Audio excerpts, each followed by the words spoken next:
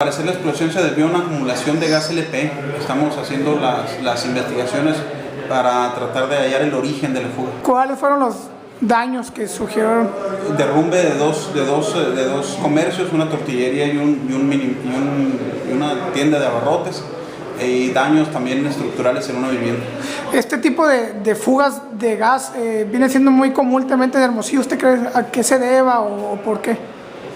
Pues mira, las recomendaciones son las mismas en todos los casos de fuga de gas, ¿no? Hay que estar muy pendientes del mantenimiento de las instalaciones, hacer el cambio correspondiente de las válvulas cuando sí lo requiere y lo marque el distribuidor.